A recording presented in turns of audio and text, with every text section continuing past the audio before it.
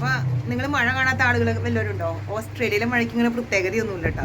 പക്ഷേ എനിക്ക് തോന്നിയിട്ടുണ്ടല്ലോ ഭയങ്കര കാറ്റ്, ഭയങ്കര മഴ. ചുമ്മാ നിങ്ങളെ ഒന്ന് കാണിച്ചു പോവാന്ന്. നമുക്കൊന്ന് നോക്കിയാലോ?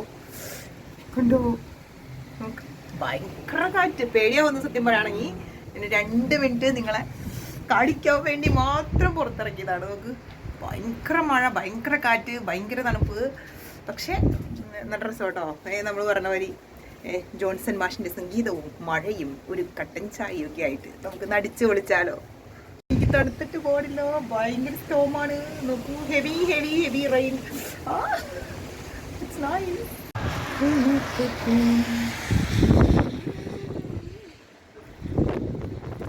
മക്കളെ,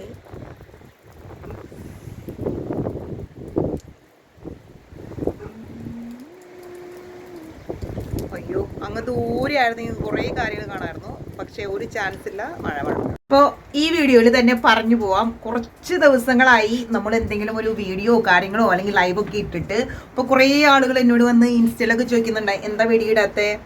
ഒന്നുമില്ലെന്നേ, പ്രത്യേകിച്ച് ഒരു റീസണും ഇല്ല. ഞാൻ ചുമ്മാ ഒരു ബ്രേക്ക് എടുത്തതാണ്.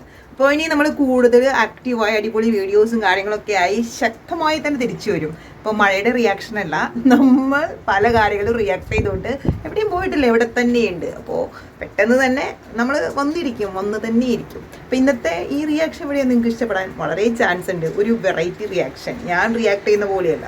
ഇത് റിയാക്ഷൻ വീഡിയോ ചെയ്യുന്ന ചാനലല്ലേ. ഇതിനകത്ത് ഇപ്പോൾ മഴ കാണിക്കാൻ വേണ്ടി മാത്രം പ്രകൃതി ഭയങ്കരമായി റിയാക്ട് ചെയ്യുന്നു. അപ്പോൾ ഞാൻ വിചാരിച്ചു പ്രകൃതിയുടെ റിയാക്ഷൻ കൂടി നിങ്ങളെ കാണിക്കാമെന്ന്. ഇന്ന് നിങ്ങൾ പറയും എനിക്ക് വട്ടായിരുന്നല്ലേ, ചുമ്മാ ഒരു ചേഞ്ചിന് വേണ്ടി ചെയ്തതാണ് കേട്ടോ.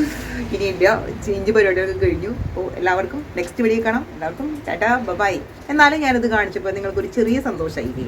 ഒരു ചെറിയ കാറ്റും മഴയും തണുപ്പും ഇതിനിടയിൽ ഞാൻ നിന്നിങ്ങനെ വിറയ്ക്കുന്നതും ഒക്കെ കാണുമ്പോൾ ഒന്നില്ലെങ്കിൽ എൻ്റെ ശത്രുക്കൾക്കെങ്കിലും ഒരു സന്തോഷമായി ഞാനിങ്ങനെ വിറയ്ക്കുന്നത് കാണുമ്പോൾ. എല്ലാവർക്കും ബൈ.